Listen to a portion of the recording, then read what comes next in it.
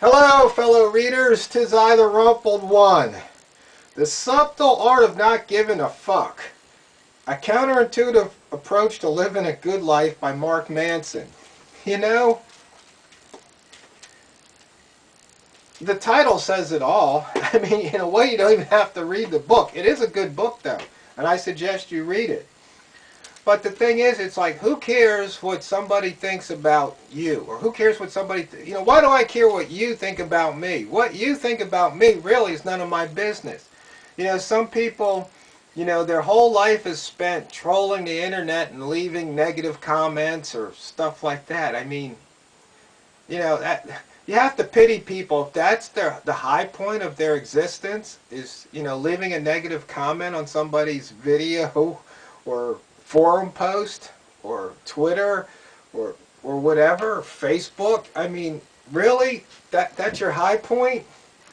And usually it's a personal attack rather than talking about the issue. There's nothing of substance there.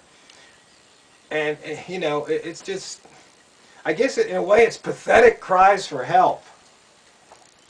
But it's kind of interesting. Some of the chapters, it's like, don't try. Happiness is a problem. You are not special. The value of suffering. You are always choosing. You're wrong about everything. Failure is the way forwards. The importance of saying no, and then you die. On the thing about the importance of saying no, I think I set the Guinness Book of World Records for the fastest no. Back in the 80s, when I was in the three-piece jungle back in Washington, D.C., working down there on, what was it, K Street and L Street.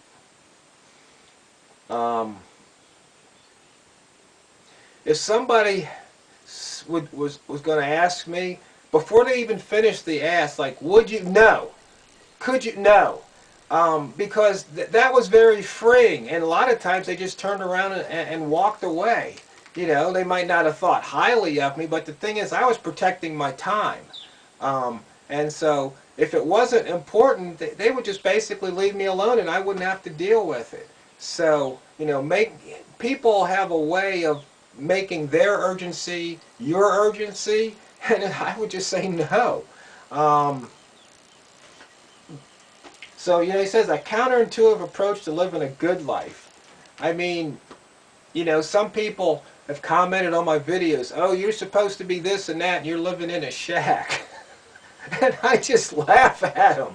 It's like, it's one of those things where in life, if you realize how many people would die to be in the place that you're in, then it's like you can, not that that even matters, because once again, why do I care what they think or what they want? It's all about me. And I mean that in a good way, it's all about me. Because you go, hey, I chose to live here. This is my place. This is how I want to live. And it's just that simple.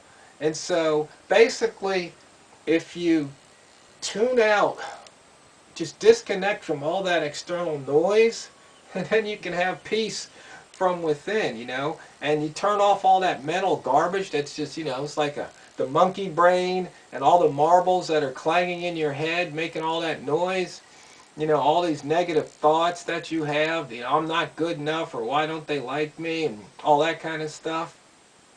It's really funny. I was talking to a human resources director last week, and she asked me, how do you think you come across in interviews?